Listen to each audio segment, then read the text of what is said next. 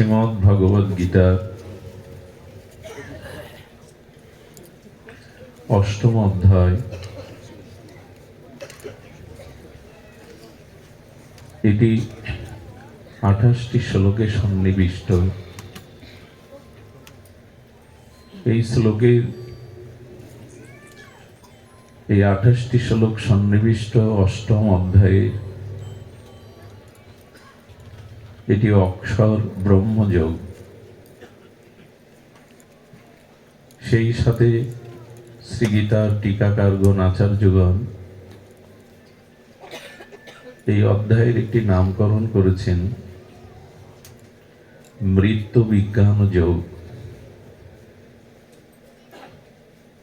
এখানে অর্জুন ভগবানের কাছে অনেকগুলি প্রশ্ন জিজ্ঞাসা একসাথে করেছেন।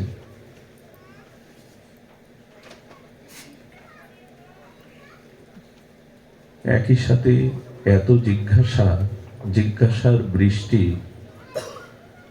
অর্জুন আর করেননি।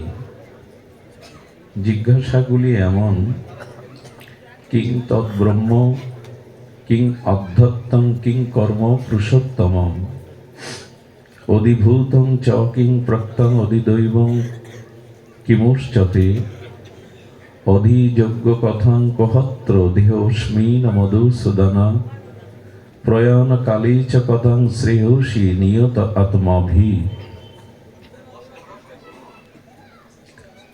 প্রশ্ন করছেন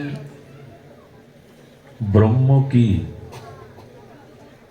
অধ্যাত্ম কি, কিং কর্ম পুরুষোত্তম, কর্ম কি, অধিভূত কাহাকে বলে, অধিযোগ্য কিরূপ, এবং সব থেকে যে বিষয় আজ আলোচনার জন্য সামান্য এই ক্ষুদ্রাতি প্রয়াস, তিনি এই জিজ্ঞাসার সর্বশেষ জিজ্ঞাসা করছেন প্রয়াণ কালে চ কথং শ্রেয়সী নিয়ত আত্মভি।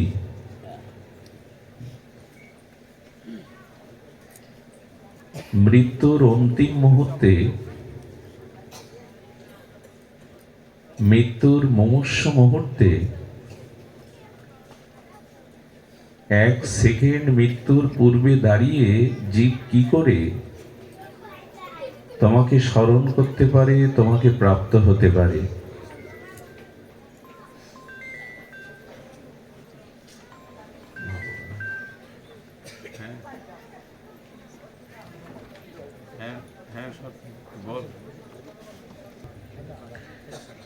আমার একমাত্র দিদি, সেই জামাইবাবু এমন অ্যাক্সিডেন্ট করেছেন, তার পাশে হাসপাতালে নিয়ে যাওয়ার কেউ নেই, হাসপাতালেই পড়ে আছেন।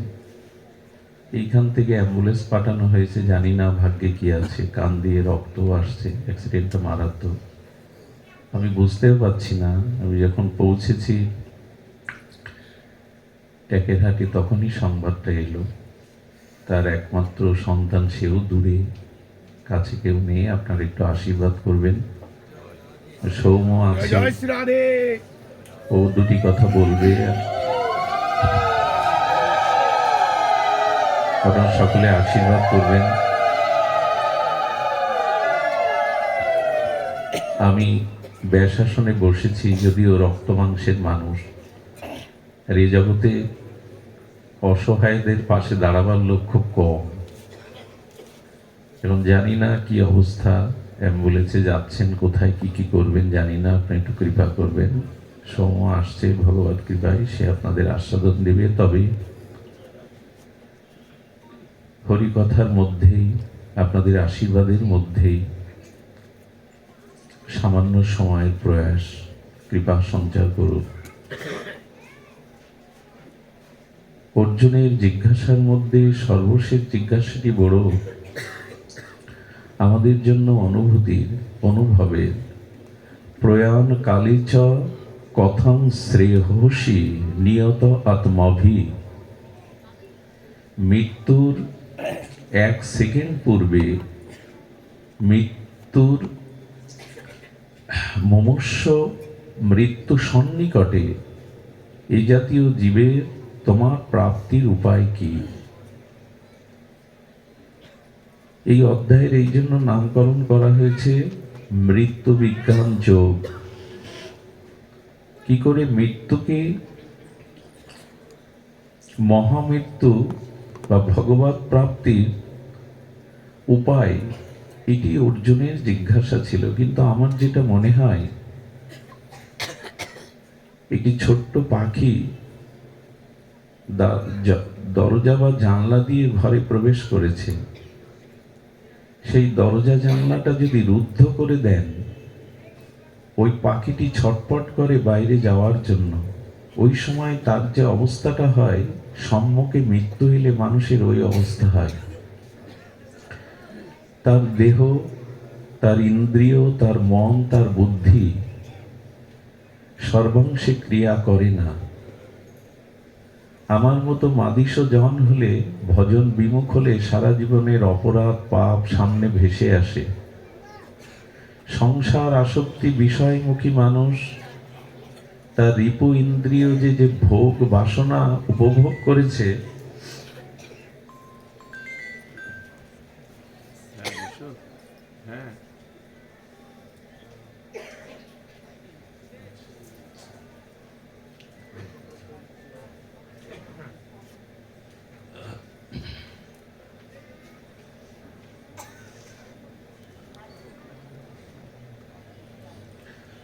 তো ইন্দ্রিয় মন বুদ্ধি বাগরুদ্ধ এই জরাগ্রস্ত শরীরের সক্ষমতা থাকে না প্রাণ যুগলের মধ্যে, ভ্রু মধ্যে অথবা মন ও মানুষে ভগবানের চিন্তা করবার। এই জন্য অর্জুন এমন একটি প্রশ্ন করেছেন, আমাদেরও তো এই সম্মুখীন হতে হবে। সেদিন কি করে তোমাকে আমরা প্রাপ্ত হতে পারবো?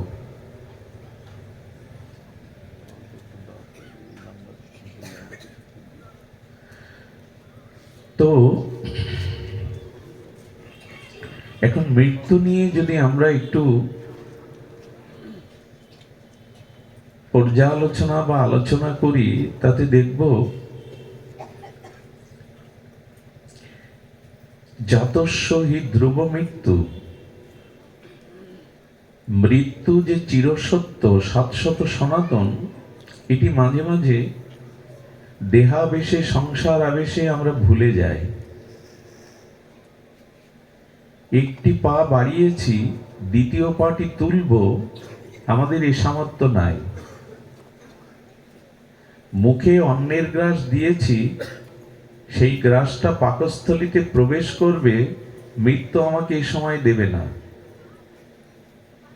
একটি নিঃশ্বাস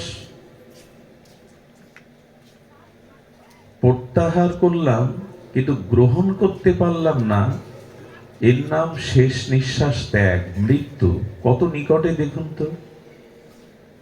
যে বাক্যটা বলতে চাইছি তা বলা হলো না, এ দেহ থেকে আত্মা বিযুক্ত হয়ে গেল। আচ্ছা, আপনাদের যদি বলা হয় আমাদের গৃহে আজ আপনার নিমন্ত্রণ, কিন্তু আপনি যখন আসবেন তখন আপনার দেহের ছায়াটা নিয়ে আসবেন না, সম্ভব কি? আপনি আসুন, কিন্তু আপনার দেহের ছায়াটা যেন নিয়ে আসবেন না, এটি সম্ভব কি? তেমনি যেদিন আমি জন্মেছি, ছায়ার মতো মৃত্যু আমার মধ্যেই রয়ে গেছে।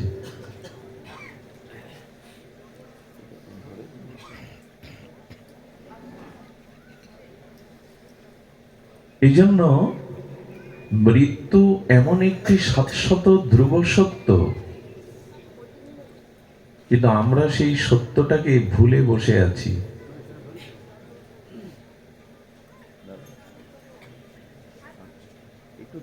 একটু দেখুন, আমি একটু দেখুন দাদা, একটু কৃপা করে দেখুন।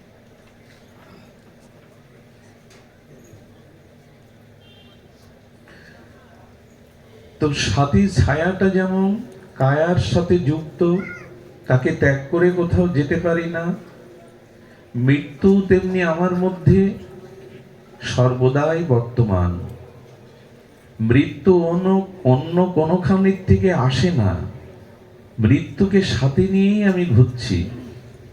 এই ধ্রুব সত্যটা দেহাবেশে ভুলে যায়। অর্জুনের এই জন্য জিজ্ঞাসা, প্রয়াণ কালে চ কথাং শ্রেয়সী, কি করে তোমাকে সেই সময়ে আমরা স্মরণ করতে পারি, মৃত্যুকে সার্থক করতে পারি। মৃত্যুর কাল কবলিত এই সংসারে আমরা মৃত্যুকে ভুলে থাকতে চাই। কেউ মৃত্যুবরণ করলে আমরা হরিবোল শব্দটা একটু বিপরীত করে বলহরি বলি, এবং বলহরি শব্দটা মঙ্গলময় শব্দ। হরি বলতে বলা হচ্ছে, হরি শব্দ মঙ্গলময়, পাপ হরণ করে, পাপ হরণ করে আমাদের হৃদয়ে প্রেমের সঞ্চার করে। সেই বলহরি শব্দটি মৃত্যুর পরে উচ্চারিত হয় সনাতন ধর্মে। তো হরিকে বলতে বলার মতো মঙ্গলতম, সর্বমঙ্গলময়, সর্বগুণময় এই হরিবোলটা যদি কারো বিবাহ আসরে গিয়ে বলেন বলহরি, আপনাকে দাঁড়াতে দেবে না। শব্দটা তো অমঙ্গল নয়, শব্দটা তো হরিকেই নির্দেশ করা হচ্ছে, সর্বমঙ্গল হরে। কিন্তু বিবাহ আসরে সেখানে যদি জোরে গিয়ে বলহরি দু চারজন বলে, তারা তাড়িয়ে দেবে। তার মানে মৃত্যুকে আমরা জেনেও স্বীকার করতে চাই না। বলহরি মৃত্যুর পরের একটি শব্দ, কিন্তু বিবাহ বাসরে বললে, ছেলের জন্মদিনে গিয়ে ওখানে যদি বলেন বলহরি, মেনে নেয়নি। কেন জানেন? মৃত্যু ধ্রুব সত্য, কিন্তু মন মেনে নেয়নি। মৃত্যুকে স্বীকার করতে চাই না, আমরা ভুলে থাকতে চাই। আর যখনই ভুলে যাই, তখনই সংসার আবেশ, দেহাবেশ, ভোগ বাসনা প্রবৃত্তিতে আমরা মৃত্যুকে একরকম ভুলেই থাকি। এই অবধারিত মৃত্যুর কথা বলতে গিয়ে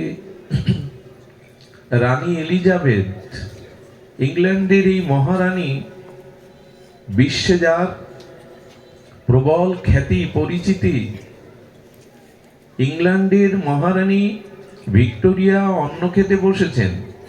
অন্ন কি তাদের দেশের যা খাদ্য খেতে বসেছেন, তিনি গালে তুলে দিলেন। ওইটি পাকস্থলীতে প্রবেশ করার আগেই ঢলে পড়লেন। ইংল্যান্ডের রানী ভিক্টোরিয়া, তো তিনি এমনি করে আর মুখে তুলে দিতে পারেন। একটি গ্রাস তুলেছেন, আরেকটি গ্রাস যে আপনি মুখে তুলবেন, এই নিশ্চয়তা নেই। সেকেন্দার সারা পৃথিবী বাহুবলে জয় করলেন। বাহুবলে জয় করে সেকেন্দার ফিরছেন তার পিতামাতা, স্ত্রী পুত্র, তার নিজ আলয়ে। 200 হাত দূরে এসে ওখানেই তার মৃত্যুবরণ হলো। শোভাযাত্রা করে চলেছে বিশ্বজয়ী সেকেন্দার, পিতামাতার মুখ নিজ আলয়ে উঠতে পারলেন না। এই যে মৃত্যু অবধারিত ধ্রুব সত্যকে ভুলে আছি। অর্জুন এত প্রশ্নের মাঝে এই প্রশ্নটি বড় মর্মস্পর্শী প্রশ্ন। প্রয়াণ কালে চ কথাং শ্রেয়সী নিহত আত্মভি, বলো ভগবান, সেই মৃত্যুর ইন্দ্রিয়, মন ও বুদ্ধি বিকল হয়ে যাবে। পাপময় অপরাধময় কর্মের স্মৃতি ভেসে আসবে, বাক্য স্ফুরিত হবে না, মন বুদ্ধি ইন্দ্রিয় কোনো ক্রিয়া করবে না। সেই পাখিকে ছোট্ট কুঠিরের মধ্যে দরজা জানলা রুদ্ধ করে আটকালে যেমন ছটপট করে, মৃত্যুর সেই যন্ত্রণায় কাতর হয়ে তোমার কথা কি করে স্মরণ করব। সেই প্রস্তুতির নাম মৃত্যু বিজ্ঞান যোগ। এটি আমাদের জানা প্রয়োজন বিধায় তৃতীয় পাণ্ডব অর্জুন। কিন্তু আমরা এই বুদ্ধি মন যুক্ত করেও, এত হরিকথা শ্রবণ করেও, এত শাস্ত্র কথা শ্রবণ করেও আমাদের প্রস্তুতি নাই। লোমশ ঋষি ঋষি বা মুনি যারা, তারা জগতের বিষয় বৈভবকে পরিত্যাগ করে রিপু ইন্দ্রকে সংযতপূর্বক তারা গভীর মনন ক্রিয়ার দ্বারা সেই পরম ব্রহ্মের উপলব্ধি করেন। যাদের চিত্তে, যারা দ্রষ্টারূপী ভগবানের নাম রূপ লীলা মহিমাকে দর্শন করেন, মন্ত্রদ্রষ্টা ঋষি। ঋষি কারা? যারা মন্ত্র দ্রষ্টা, মন্ত্রর অধিদেবতাকে দেখেন, মন্ত্রের স্বরূপটাকে যারা উপলব্ধি করেন ভজনের দ্বারা, তাদের মধ্যে অন্যতম ছিলেন লোমশ ঋষি। সারা গায়ে লোম। তার চরিত্র যেভাবে বর্ণন এসেছে, এরাই মৃত্যুকে যথাযথ রূপে উপলব্ধি করেছে। এর পরমায়ু শুনলে অবাক হয়ে যেতে হয়। ব্রহ্মার 1000 সত্যযুগ, 1000 ত্রেতাযুগ, 1000 দ্বাপর যুগ, 1000 কলিযুগ। এটি ব্রহ্মার এক অহ, দিন রাত্রি না। আবার 4000 যুগে ব্রহ্মার একদিন। এইভাবে ব্রহ্মার 100 দিনের মাথায় একদিন হয় এই লোমশ ঋষির। আর তার সারা গায়ে লোম। কল্পে ব্রহ্মা যখন মৃত্যুবরণ করে, দেহ ছাড়ে, তখন তার একটা লোম খসে পড়বে। ব্রহ্মার পরমায়ু শেষ হলে, ব্রহ্মা মৃত্যুবরণ করলে একটা লোম খসে পড়বে। আর তার চরণ থেকে মস্তক পর্যন্ত গায়ে লোম, তাহলে তার পরমায়ু কত? তিনি ঘর বাঁধেননি। তিনি ঘর বাঁধেননি এই জন্য যে না, পৃথিবীতে এত অল্প সময়ে ঘর বাঁধার কি প্রয়োজন? এটা আমার নিবাস নয়, এটা আমার দেশ নয়, এটা আমার বাড়ি নয়। আমরা এই উপলব্ধি নিতে পারবো কি? ব্রহ্মার একদিনে যার একটি লোমকূপ খসে পড়লে, অনন্ত অনন্ত লোম যার গায়ে, সেই কিনা ঘর বাঁধছেন না। আর তিনি কি করছেন? কারো কাছ থেকে কিছু চেয়ে পান না, অযাচক বৃত্তি, অপরিগ্রহ। গীতাতে বলেছেন, কেউ কিছু দিলে তবে পান। অপরিগ্রহ আমরা পারি না। দেখুন, একটা কথা বলি, অর্থ প্রয়োজন, কিন্তু তার সীমা থাকা প্রয়োজন। আপনারা জগতে লক্ষ্য করেছেন, যার অর্থ নাই, সম্পদ নাই, সে শুধু একটা হাহাকার করে, আমার অর্থ ভগবান দেয়নি, আমার সামর্থ্য দেয়নি। আর যার অর্থ প্রাচুর্য আছে, তার হাহাকার অনেক। তার হাহাকার এই, আরো চাই। কি করে রাজ ভয়, চোরের ভয়, শত্রুর ভয় থেকে অর্থ রক্ষা করব, তার ভয় অনেকগুলি। শাস্ত্র এমন বলেছেন, অর্থের সাথে যদি ভগবত ভক্তি, ত্যাগ, বৈরাগ্য না থাকে, তবে অধিক শিক্ষিত আর অধিক ধনসম্পদ লোকরাই আত্মহনন করে বেশি। মূর্খ বা নির্ধনী লোকরা বেশি আত্মহত্যা করে না, সংখ্যায় কম।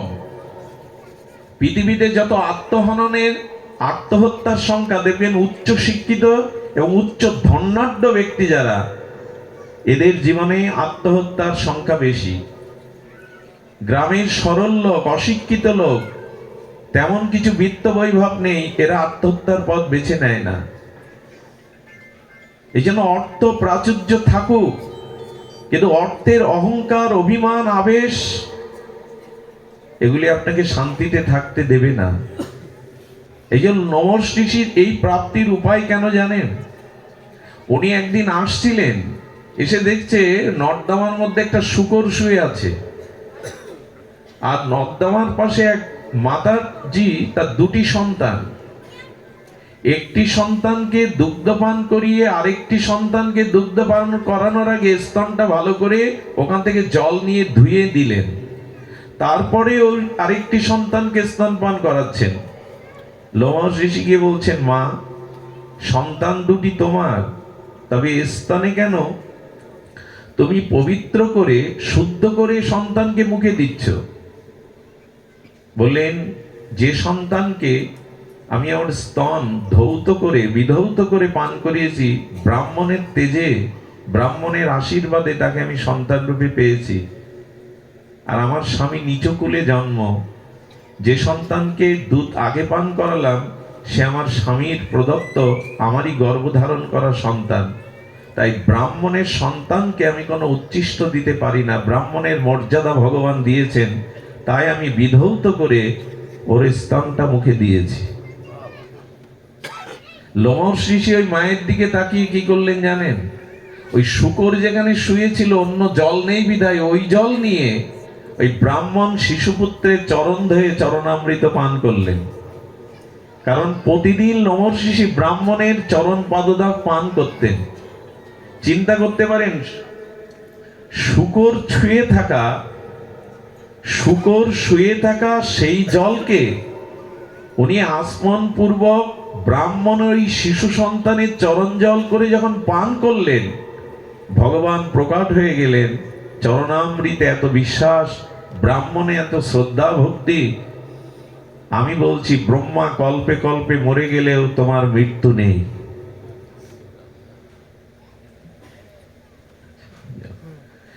মৃত্যু নাই। এই জন্য তিনি পর্যন্ত অপরিগ্রহ করে জীবন কাটাতেন। কিন্তু আমরা মৃত্যুকে স্মরণ করি কি? মৃত্যু যে কোনো সময় ছায়ার মতো আমার কাছে আছে, কিন্তু সেই মৃত্যু স্মরণ আমাদের এলো না। তুকারামকে একজন বলছেন, আপনি কেন এত আনন্দে থাকেন? আপনার ভালো গৃহ না, স্ত্রী মনোমত না, উঠতে বসতে আপনাকে গালি দেয়, কষ্ট দেয়। আপনার অর্থ নেই, ঘর নেই, বাড়ি নেই, আপনি এত মস্তিতে আনন্দে কি করে থাকেন? যে তাকে প্রশ্ন করছে, তার হাতখানা দেখে বলছেন, 1 সপ্তাহ পর তোমার মৃত্যু হবে। এটা আমি বলছি। গৃহে গিয়ে দরজা বন্ধ করে কাঁদছে ঠাকুরের সামনে। 1 সপ্তাহ সময় ছেলেদেরকে বিষয় সম্পত্তি দিয়ে দিলেন। স্ত্রীকে বললেন, আমাকে বেশি ডেকো না, পারলে একটু প্রসাদ দিও, আমি মন্দিরেই থাকবো। ছেলেদের ডেকে মামলা মোকদ্দমা তুলে নিলেন। যাদের সাথে শত্রুতা ছিল তাদের ডেকে ডেকে চরণ ধরে ক্ষমা চাইলেন, আমার 7 দিন আয়ু। ওই 6 দিন ধরে ভগবানের নিত্য নিরন্তর কাঁদছে আর ভগবানকে ডাকছে, কিছুই তো করা হলো না, নিজের উদ্ধার তো হলো না। 6 দিনের মাথায় তুকারাম এসে বলছেন, তুমি কেমন আছো? বলেন, আর থাকা, ঘর নেই, স্ত্রী পুত্রের স্মরণ নেই, বিষয় আশাই নেই, এ জগতে শত্রু মিত্রের কথা আর নয়, দিন রাত ভগবানকে ডাকছি, তবে হৃদয়ে একটা ভগবানের ভজনে আনন্দ পাচ্ছি। উনি মাথা হাত দিয়ে বললেন, তোমার মৃত্যু এখন নয়, 7 দিনে নয়। আমার কাছে প্রশ্ন করেছিলে, আমার কিছুই নেই, আমি আনন্দে কেন থাকি? তার প্রশ্ন এই, তুমি 7 দিনে মৃত্যুকে মনে করো, আর আমি মনে করি 1 সেকেন্ড পরেই আমার মৃত্যু। এই জন্য কোনো বাসনা আমার নেই, এই জন্য আমি আনন্দে থাকি। মৃত্যুকে সম্মুখে যদি দেখেন, সেখানে আমাদের এত ভোগ বিলাস প্রবৃত্তি বাসনা জাগতে পারে না। কিন্তু ধ্যান দিতে হবে। এর পরেই ভগবান বলে দিয়েছেন, তস্মাৎ সর্বেষু কালেষু মমনুষ্বর যুদ্ধ চ।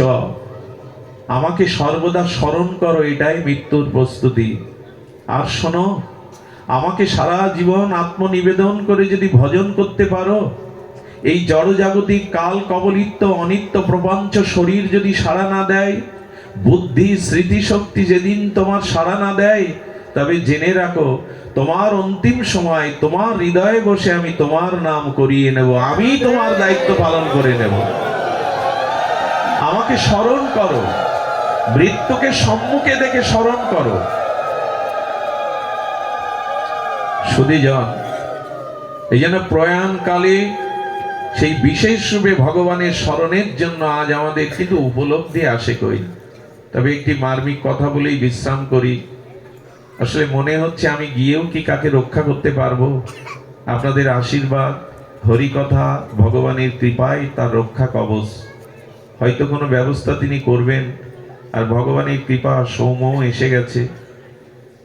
সে ভাগবত প্রবক্তা, পরিপূরণটা তার দ্বারাই ভগবান করবেন বলে এনেছেন। আমি সামান্য যেটা শুরু করেছিলাম, এই অবস্থাতে কথা বলাটা খুব কষ্টকর, তবু ভাবি কিছু তো করার নেই, আমাদের হাতে কিছু নেই। হয়তো আত্মীয় স্বজন ভুল বুঝবে, কিন্তু এইটুকু জেনেছি আপনাদের সুদৃষ্টিতে তার হাতের বাইরে আমাদের কিছু করার নেই। তো এই যে ভগবানকে উপলব্ধি করার জন্য নিত্য নিরন্তর স্মরণের কথা শুনছি, পাঠে জানছি, কিন্তু নাম স্মরণ হয় কই, লীলা স্মরণ হয় কই, নিত্য নিরন্তর অবিচ্ছিন্ন তৈলধারার ন্যায় ভগবত স্মরণটা হয় না কেন? বললো উপলব্ধি আসেনি। উপলব্ধি আসেনি কেন? উপলব্ধি আসেনি দেখুন, শ্রী গুরু কৃপা ব্যতীত, বৈষ্ণব কৃপা ব্যতীত আপনার উপলব্ধি আসতে পারে না। তার ছোট্ট একটা দৃষ্টান্ত, দুটি দৃষ্টান্ত বড় মার্মিক, একটু ধ্যান দিন। অর্জুন এবং শ্রীকৃষ্ণ একই রথে, দুইজন আলাদা রথে নয়। অখণ্ড পরতত্ত্ব স্বয়ং সচ্চিদানন্দ পরম ব্রহ্ম ভগবান শ্রীকৃষ্ণ এবং অর্জুন একই রথে, কিন্তু অর্জুনের মোহ বিষাদ এলো কেন? বিষাদ মানে কিংকর্তব্য বিমূঢ়তা, হতাশা, বিষণ্ণতা, সিদ্ধান্তহীনতা, দুঃখ, অশ্রুজল, নিজের বুদ্ধির বিপর্যয়, এগুলি সব বিষাদেরই সরলত্ব এই শব্দের। তো ভগবান শ্রীকৃষ্ণ যে রথে দাঁড়িয়ে, ভগবানের মতো সখা যার, তার মোহ আসবে কেন? সূর্যে অন্ধকার আসবে কেন? একটাই কারণ, অর্জুন সখা রূপে কৃষ্ণকে দেখছে, ভগবান রূপে কৃষ্ণকে দেখছে। ভগবান রূপে না দেখলেও তো তিনি ভগবান। ভগবানকে মানি আর না মানি তিনি তো সচ্চিদানন্দ ভগবান। কিন্তু অর্জুনের বিষাদ কেন? কর্তব্য বিমূঢ়তা কেন? এর একটাই কারণ, অর্জুন গুরু কৃপা এখনো পাননি। এই দেখুন কি মর্মার্থ। এই জন্য অর্জুন বিষাদগ্রস্ত হয়ে অশ্রুসজল নয়নে কিংকর্তব্য বিমূঢ় হয়ে রথে ধনুর্বাদ ত্যাগ করলেন। হতাশাগ্রস্ত হয়ে, বুদ্ধি বিপর্যস্ত হয়ে, বিষাদগ্রস্ত হয়ে গেলেন। কিন্তু বিষাদগ্রস্ত মানুষকে প্রসাদ দিতে পারে একমাত্র গুরুদেব, ভগবান না। এই কথাটি অন্তরে লিখে নিন। বিষাদগ্রস্ত জীবকে প্রসাদ দিতে পারে একমাত্র শ্রী গুরুদেব। শ্রী গুরুদেবের মহিমা দেখুন। অর্জুন বলে বসলেন, প্রভু এই মুহূর্তে আপনি আমার সখা নন। শিষ্যস্তে মাং সাদিমাং তাং প্রপন্নম, আমি আপনার শিষ্য, আপনি গুরু রূপে আমাকে তত্ত্ব উপদেশ দেন। এই দেখুন, যখনই শ্রীকৃষ্ণকে ভগবান রূপে না গুরু রূপে স্বীকার করলেন, নিজেকে শিষ্য রূপে স্বীকার করলেন, তখনই ভগবানের দিব্য বাণী দ্বারা অর্জুন বলে বসলেন, নষ্ট মোহ স্মৃতিলব্ধ, আমার মোহ নষ্ট হয়ে গেছে। করিষ্যে বচনান্তব, আমি আপনার প্রতিটি কর্তব্য কর্ম আদেশ পালনের জন্য সম্পূর্ণ প্রস্তুত। ভগবান যে রথে তার মোহ যায় না, অথচ গুরু রূপে বরণ করে যখন গুরু উপদেষ্টা হয়ে উপদেশ দিলেন, সেই গুরু কৃপাতেই অর্জুনের মোহ দূর হলো। এতে কি সিদ্ধান্ত এলো? গুরু কৃপা ব্যতীত, শুদ্ধ মহাদেব কৃপা ব্যতীত ভগবানের রথে একসাথে থাকলেও আপনার মোহ দূর হবার নয়। শ্রী গুরু কৃপা চাই, মহৎ কৃপা চাই। আরো দেখুন দৃষ্টান্ত এসেছে। পরীক্ষিত মহারাজ সাধারণ নয়, অভিমন্যু পুত্র। উত্তরার গর্ভে তার আবির্ভাব, গর্ভেই ব্রহ্মাস্ত্রের হাত থেকে স্বয়ং ভগবান যাকে গর্ভে প্রবেশ করে রক্ষা করেন, সে সাধারণ? যে পরীক্ষিত মহারাজ গর্ভেই ভগবান দর্শন করলেন, আর তার ভূমিষ্ঠ হওয়ার পরে কোলে তুলে নিলেন ধর্মরাজ প্রাজ্ঞ যুধিষ্ঠির। যুধিষ্ঠিরের কোলে যে মানুষ হয়, সর্বক্ষণ কৃষ্ণ পঞ্চপাণ্ডবদের দুয়ারে পড়ে থাকতেন, ভোজনে শয়নে। কৃষ্ণকে সামনে দেখে যে বড় হয়েছে, যুধিষ্ঠিরের মতো প্রাজ্ঞ ধার্মিকের কোলে উঠে যে প্রতিপালিত হয়েছে, যিনি অভিমন্যুর পুত্র, যিনি গর্ভেই ভগবান দর্শন করলেন, রক্ষা পেলেন ব্রহ্মাস্ত্রের হাত থেকে, সে ঋষির গলায় সাপ ঝুলাতে পারে?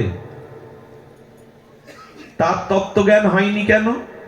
কৃষ্ণকে দেখে বড় হয়েছেন, যুধিষ্ঠিরের কোলে বড় হয়েছেন, কিন্তু তার তত্ত্বজ্ঞান হলো না কেন? ঋষির গলায় কেন মালা সাপ ঝুলিয়ে দেবে সে? তৃষ্ণার্ত হয়েছে ভালো কথা, ঋষি তো জপ ধ্যান করছেন, তার গলে মৃত সর্ব জড়ানো, তার মানে তখনও তার তত্ত্বজ্ঞান হয়নি। তার ভগবত কৃপা এবং তার ভগবত প্রাপ্তি উপলব্ধি কখন হলো? যখন সুখদেব ভগবানকে তিনি গুরু রূপে বরণ করে আত্মসমর্পণ করলেন।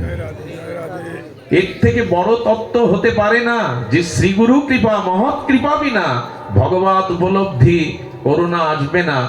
ভগবান শ্রীকৃষ্ণকে দেখে যে বড় হয়, যুধিষ্ঠিরের মতো ধার্মিক প্রাজ্ঞের কোলে যে বড় হয়, অভিমন্যুর পুত্র যিনি গর্বেই ভগবানকে যিনি দর্শন করেছেন, তার উপলব্ধি হলো গঙ্গা তীরে ছিল সুখদেব গোস্বামীকে গুরু রূপে আত্মসমর্পণ করে ভগবত শ্রবণের দ্বারা, অর্থাৎ মহৎ কৃপা যুক্তের সাথে যদি মহৎ মুখনির্গলিত হরি কথা আপনার ভেতরে প্রবেশ করে, তখনই আপনার উপলব্ধি আসে, প্রেম ভক্তি আসে, জন্ম মৃত্যু চক্রে থেকে তখনই নিস্তার আসে। কথাটি অন্তরে ধারণ করতে হবে যে শ্রী গুরু কৃপা ব্যতীত, মহৎ কৃপা ব্যতীত, ভাগবত শ্রবণ ব্যতীত আমাদের মোহ যেতে পারে না। প্রকৃত মহারাজ তো নিজেই বলছেন, মৃত্যু ভয় তার ছিল, মৃত্যু ভয় তার ছিল যে 7 দিনেই তক্ষক দংশনে বিপ্রবিশাপে তার মৃত্যু হবে। তার এই উপলব্ধি ছিল, মৃত্যুতে তিনি ভীত হয়েছিলেন। কিন্তু তিনি এও প্রশ্ন করেছিলেন, হে সুখদেব ভগবান, হে পরম আরাধ্য শ্রীচরণ, যোগী ঋষি মুনি যুগ যুগান্তর তপস্যা করে যোগ সাধনার দ্বারা, ধ্যানের দ্বারা, তপস্যার দ্বারা যে দুর্লভ গোবিন্দ চরণ পায় না, আর 7 দিন পরমায়ু, সারা জীবন এই রাজ সভাতে বসেছি, রাজ মুকুট ধারণ করেছি, ভোগ বিলাস করেছি, এই 7 দিনেই কি করে আমার গোবিন্দ পদ্ম দুর্লভ চরণ পাবো, আপনি আমাকে বলুন। যখনই সমর্পণ করলেন, আত্মসমর্পণ করলেন, তখনই ছিল সুখদেব গোস্বামীর এই গুরু কৃপায়, মহৎ কৃপায়, ভাগবত কৃপায় সে বলতে বলতে কি বলে চলে গেল, এখন যদি তক্ষক আমার সামনেও আসে, গুরুদেব আপনার অপরক্ষ অনুভূতি, আপনার ভাগবত কৃপায় এখন আমি চারিদিকে মৃত্যুকে দেখছি না, সর্বকে দেখছি না, দেখছি সর্বের মধ্যে আমার গোবিন্দকে। এই উপলব্ধি হলো তার। এই জন্য শ্রী গুরু কৃপা ব্যতীত, মহৎ কৃপা ব্যতীত কিছুই হওয়ার নয় সুধীজন। এই জন্য এই প্রয়াণ কালে শ্রী ভগবানের স্মরণ তখনই আসতে পারে যখন মহৎ কৃপা, গুরু কৃপা, ভাগবত কৃপা আপনার উপরে বর্ষিত হবে। স্বতন্ত্রভাবে জীবনকে পরিচালনা করলে, শুধু ভগবানের দিকে চেয়ে থাকলেই হবে না। মনে আছে ভগবান বলেছেন, যার আমাকে ভজিবার যার আসে অভিলাষ, গোবিন্দ বলছেন আমাকে ভজিবার যার আসে অভিলাষ, সে ভজুক গিয়ে মোর মঙ্গল দাস। আমার মঙ্গল কোন মহৎ ভক্তকে সে ভজন করুক, তবেই আমার ভজনের অধিকার পাবে সে।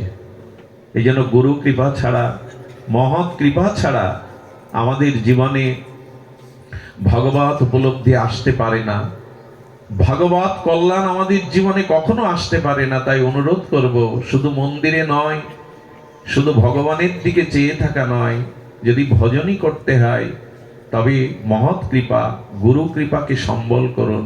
এই উপলব্ধি ছাড়া আমাদের আসবে না।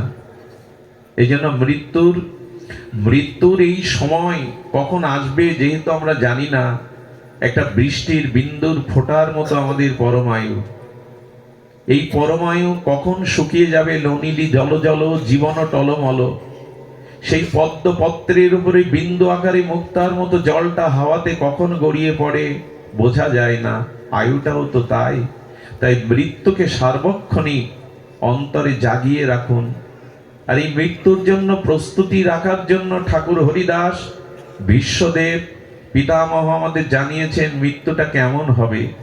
আমি আপনাদের অনুরোধ করছি যে মৃত্যুর এই প্রস্তুতিটা এদের কাছ থেকেই শিখতে হবে। প্রাণ যে কোনো মুহূর্তে দেহ থেকে বিয়োগ হতে পারে, কিন্তু যাওয়াটা কেমন হবে? যেতে তো হবে, যাওয়ার প্রস্তুতি তো থাকবে, কিন্তু যাওয়াটা কেমন হবে? যাওয়াটা যেন আমার হরিদাসের মতো হয়, যাওয়াটা যেন আমার ভীষ্মের মতো হয়। ভীষ্ম মৃত্যুকে সামনে দেখে বলছে, চলে যাও, কাল তুমি আমার সামনে দাঁড়িও না, আমি যৌবনে পাপ করিনি, আমি নিত্য নিরন্তর আমার গোবিন্দকে উপলব্ধি করেছি। কাল আমি তোমার সাথে যেতে রাজি নয়, আমি তোমার পথের যাত্রী নই, আমি ভগবানের চরণ দর্শনের অপেক্ষা করছি। ভগবানকে দেখতে দেখতে আমি যেতে চাই, তোমার সাথে যেতে চাই না। এই যে উপলব্ধিটা, মৃত্যুর সময় কাল নয়, আমি ভগবানকে দর্শন করতে করতে প্রাণ ত্যাগ করতে চাই, এই হলো সার্থক মৃত্যুর পরিচয়, এই হলো মহামৃত্যুর পরিচয়, এই হলো মহানির্জানের পরিচয়। কিন্তু বিশ্বের এই কথা বলতে গেলে কালকে ফিরিয়ে দিয়ে ভগবানের চরণকে দর্শন করতে করতে ভগবানের সাথে নিত্যধামে যেতে যেতে এই প্রস্তুতিটা হলো বিশ্বের মতো। যৌবনে তিনি পাপ করেননি, নিজের ভোগ বিলাসের দিকে কখনো তাকাননি। বিশ্বের জীবনে ছিল ত্যাগ, বৈরাগ্য, সত্যনিষ্ঠতা। এই জন্য আমাদের জীবনের এই প্রস্তুতি যদি না থাকে, আমরা এই কথা বলতে পারবো না, হে গোবিন্দ তুমি সম্মুখে দাঁড়াও, তোমার আতুল আতুল চরণ দর্শন করে আমি এই জগৎ থেকে বিদায় নিতে চাই। এই দেবব্রত পিতামহ ভীষ্মের মৃত্যুর একথা জানিয়ে দেয়, এই হলো প্রস্তুতি। এমন ভজন করেছি তো, এমন ভক্তি অর্জন করেছি তো, যে মৃত্যুর সময় গোবিন্দ তার সচ্চিদানন্দ মূর্তি চরণ নিয়ে দাঁড়াবে, তার বদন দর্শন আর তার চরণ দর্শন করতে করতে জগৎ থেকে চলে যেতে পারবো। মহামৃত্যু আসবে, আমার জীবনে মৃত্যু আসবে না, আমি সে পথেই যাব যে পথে গেলে আর পুনরায় জগতে জন্ম মৃত্যু চক্রে আসতে হবে না। এর প্রস্তুতি ভীষ্মের মতো ত্যাগ থাকা চাই, বৈরাগ্য থাকা চাই। যারা আমরা সাধু বেশ নিয়েছি, যারা আমরা এই ভগবত ধর্মে দীক্ষা শিক্ষা নিয়েছি, যারা শুদ্ধ গুরু পরম্পরা এই ভগবত প্রগতির পথে এসেছি, আমরা যেন নিজেকে না ঠকাই। এই পথে এসে লোভ লালসা অর্থ বিত্ত সম্মানের কাঙাল যেন না হয়। এই পথকে, এই সাদা বস্ত্রকে যেন কলঙ্কিত না করি। আমাদের দিকে চেয়ে আছে হাজার হাজার মানুষ, আমাদের চরিত্র, আমাদের আদর্শ, আমাদের ত্যাগ, আমাদের বৈরাগ্য, মানুষ পথ চিনবে, আলোর পথে যাবে। তাই যারা সদ্গুরুদেবের কৃপা পেয়েছেন, যারা এই পথে এসেছেন, আর যেন পিছনে ফিরতে না হয়, আর যেন অন্ধকার পথের যাত্রী না হতে হয়। এই প্রস্তুতিটা থাকার নাম মৃত্যু প্রস্তুতি। সত্য জীবন, ভগবত জীবন। ঠাকুর হরিদাসের জীবন দেখুন, মহাপ্রভু হরিদাসের দিকে তাকিয়ে বলছেন, কিছু বলবে? হরিদাস, তোমার চোখের ভাষা বলছে তুমি কিছু বলতে চাও। ঠাকুর হরিদাস স্বভাবত দৈন্যের মূর্তি, দৈন্যের অবতার, বললেন, তোমার কাছে কিছু বলবার যোগ্যতা তো আমার নাই, ভগবানকে সামনে কিছু বলবার যোগ্যতা তো আমার নাই। তবে যদি অভয় দাও, নিজের একটা ইচ্ছার কথা বলি। ইচ্ছাটি হলো, প্রভু আমি তোমার আগে জগৎ থেকে যেতে চাই, আর সেই যাওয়াটা কেমন হবে সে নিবেদনটা, সে আরজিটা তোমার চরণে জানিয়ে রাখি। এই দেখুন মৃত্যুর প্রস্তুতি। এই দেখুন হরিদাস ঠাকুর জগৎকে সেই ব্রহ্মার অবতার হয়ে আমাদের চোখের সামনে এই লীলা করে দেখিয়ে গেলেন। গো ভগবানের সামনে শ্রী গুরুদেবের চরণে যখন যাও, এই প্রার্থনাটা জানিয়ে রাখো। মহাপ্রভু বলছেন, বলো হরিদাস, বলো কি তোমার অভিলাষ? বহুদিন ধরে কি বলতে চেয়েও তোমার বলা হয়নি, আজ তুমি বলো। চেয়েছিলেন দুটো জিনিস, আর সেই দুটি জিনিস আমাদের এই মহাপ্রয়াণ মহাপ্রস্থানের চরমতম আদর্শ স্থাপন করে গেলে। হরিদাস মহাপ্রভুকে বললেন, আমি যেতে চাই, তবে কেমন করে জানো? আমার যাওয়ার দিনে বৈষ্ণবের চরণ ধুলিকে আমি ভূষণ করে মাখতে চাই অঙ্গে, বৈষ্ণবের চরণ ধুলিকে আমি আর অঙ্গের ভূষণ করতে চাই। আর কি চাই জানো? নয়নে হেরিব তোমার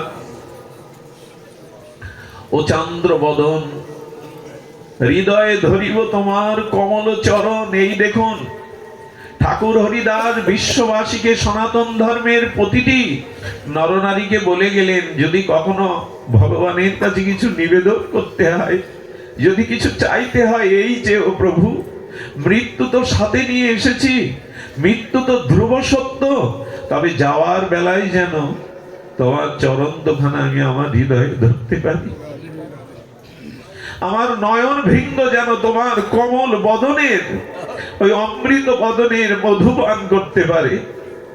আর কি চাই জানো? আর কি চাই?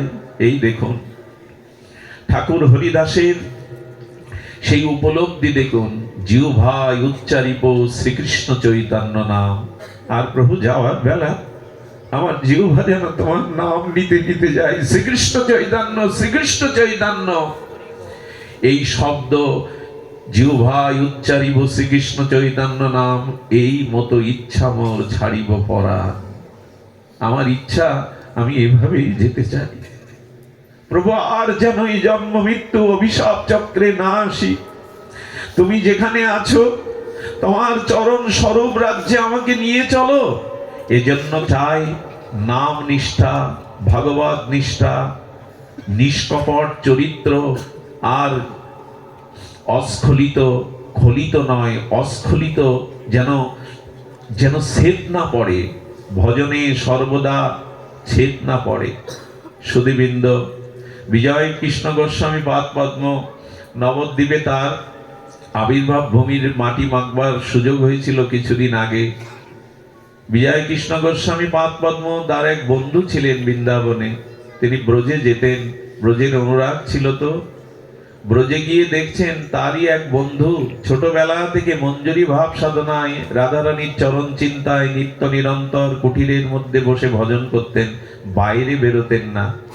ওই যে মঞ্জুরি ভাব সাধনা, শ্রী গুরুদেবের কৃপায়, মহাপ্রভুর অনবদ্য অবদানে তার মধ্যে এই গুরুদেব স্থাপন করে দিয়েছিলেন আত্মানাং চিন্তায়তে তত্র তাসাং মধ্যে মনোরমাম রূপ যৌবন্য সম্পন্নম কিশোরীং প্রমাদ আকৃতিম।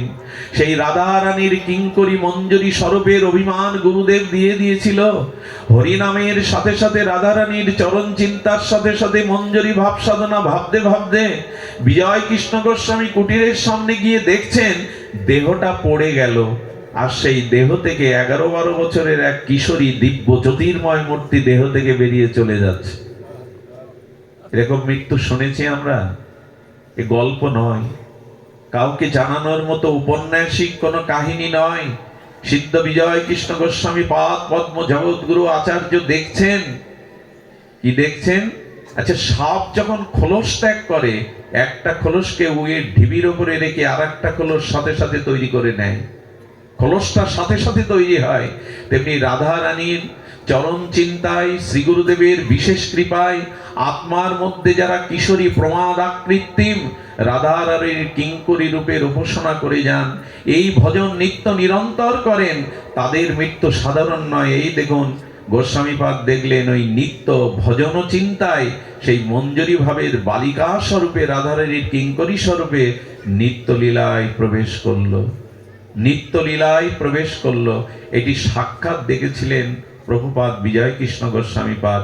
আমাদের ভজনের এই আনুগত্যে যেন এই জন্ম মৃত্যু চক্রে আবার পুনরায় মাতৃ জঠরে না জন্মাতে হয়, আবার এই জন্ম মৃত্যু জরাব্যাধি ভোগ করতে না হয়। এ সংসার দুঃখময়, এ সংসার মৃত্যুময়। আজ দেখুন আমি এখানে কথা বলছি, আমারই একমাত্র দিদি অসহায়া, তার পাশে ডাক্তারের কাছে এখন নিয়ে আমাকে বলছে আমি এখান থেকে যেতে গেলেও তো 3.5 ঘন্টা সময় লাগবে। কত অসহায় আমাদের এই জীবন, কত ক্ষণিক আমাদের এই জীবন, কত বিপদ সংকুল আমাদের এই জীবন। এ সংসারের সুখ দুঃখের দোলায় দোলাটাই জীবন নয়।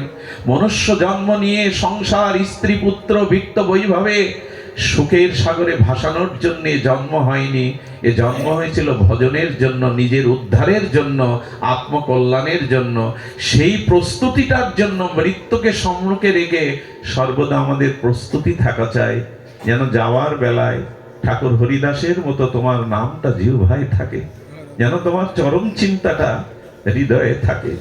এই জন্য ভগবত ভক্তের আশ্রয়ে শ্রীগুরু মহতের বৈষ্ণবের কৃপাকে সঙ্গ করে আসুন আমরা ভক্তি জীবনে এগিয়ে যাই। ভাগবত ছাড়তে মন চায় না। আমি ট্যাকেরহাট আসার আগেই শুনে আমাকে সবাই বলছে পাঠ সারা জীবন করলে পড়ে আছে মানুষটা, তোমার দায়িত্ব নেই। কি বলবো বলুন তো, কি বলার আছে? সংসারে এমনি করে অনেক পরীক্ষা আসে। যারা ভাগবত পথে জীবনকে উৎসর্গ করেছে এদের অনেক পরীক্ষা দিতে হয়। কত আপনজন দূরে সরে যায়, সংসারের অনেকের অপ্রিয় হয়ে যেতে হয়। এখানে আপন বলতে স্বার্থ পূরণ না করতে পারলে সবাই পিছু চলে যায়, কিন্তু তারপরেও একটা আলো জেগে থাকে, যার কেহ নেই তুমি তো তার আছো, যার কেহ নেই তুমি তো দাঁড়িয়ে আছো। গৌর হরি শ্রী গুরুদেব দাঁড়িয়ে থাকেন। এই জন্য ভরসা করতে হয় তো তার উপরেই করতে হবে। আমরা আমাদের চেষ্টায় খুব বেশি কিছু করতে পারবো না। ভগবত কৃপাময় এই জগৎ, তার শক্তিতেই জগৎ চলছে। সুধীজন, আমি জানি না সে কেমন থাকবে, এটা ভগবানই জানেন, তার প্রাক্তন কর্মফলই জানেন। তবে আপনাদের কাছে এইটুকু নিবেদন করি, আর সময় নাই। যে কোনো মুহূর্তে, আমি আগেই বলেছি, একটা পা বাড়িয়েছি আর একটা পা বাড়াতে পারবো এমন নয়। একটা নিঃশ্বাস প্রত্যাহার করেছি, গ্রহণ করব এমন কথা নাই, শেষ নিঃশ্বাস ত্যাগ হতে পারে। একটা অন্নের দানা মুখে দিয়েছি, ওটা পাকস্থলিতে নাও যেতে পারে, তার আগে কণ্ঠরুদ্ধ হয়ে মৃত্যুবরণ করতে পারি। এই যদি 700 ধ্রুব মৃত্যু আমাদের সাথে থাকে, তবে কেন, তবে বিলম্ব কেন, অপেক্ষা কেন? কবে কবে আমরা এই মৃত্যুকে সামনে রেখেই, আর মৃত্যু ভয় ভক্তরা এই জন্য করে না, কারণ মৃত্যু মানেই নূতনের অভিযাত্রা। প্রভু, এই জন্মে এই দেহটা ছেড়ে যেন তোমার চরণে নিবেদন করতে পারি, আরেকটু এগিয়ে যেতে পারি, আরেকটু যেন আমাদের এগিয়ে থাকতে পারি। আর এই এগিয়ে থাকা আর কিছু নয়, এগিয়ে থাকা মানে প্রভু ভক্ত গৃহে জন্মটা দিও, কোন শুদ্ধ ভক্ত মায়ের কাছে পাঠিও। সৌমকে দেখলে আনন্দ লাগে, তার পিতা মাতাকে সাথে নিয়ে এসে ভজন করতে যায় ভাগবত। এই ভাগ্য কজন আর আছে? এমন পরিবারে দিও প্রভু, যেখানে পিতা মাতা সকলে মিলে যেন গৌর গোবিন্দের ভজন করতে পারি, যেখানে সকলে মিলে যেন তোমার চরণ আশ্রয় নিতে পারি। আজকে যে এই যোগমায়া কুঞ্জে যেখানে এই অনুষ্ঠান হচ্ছে, তৃতীয় দিবস, তাদেরকে দেখে বড় অবাক হই। সংসারে থেকেও আজ এমন সুন্দর শ্রীবিগ্রহ সেবা, এমন সুন্দর ভগবানের অর্চন করে জীবনটা কাটাচ্ছে তারাও তো সংসারী, তারাও তো রক্ত মাংসের মানুষ। তারা যদি এটি পারে, কেন সংসার নিয়েই, স্ত্রী পুত্র বিত্ত বৈভব কামনা নিয়ে জীবন কাটাবো, তার মধ্যে কি একটু ভগবানকে জায়গা দিতে পারি না? তার মধ্যে কি জীবনটা তার চরণে সমর্পণ করতে পারি না? আমাদের এই ভাবনাটা নিয়ে আমি আপনাদের কাছে বিদায় চাইছি। তাড়াহুড়ো করে আমি জানি কিছু করতে পারবো না, তবু আপনারা প্রাণ ভরে আশীর্বাদ করবেন। এই অসহায় মানুষটার ওপরে ভগবানের জন্য কৃপা বর্ষিত হয়।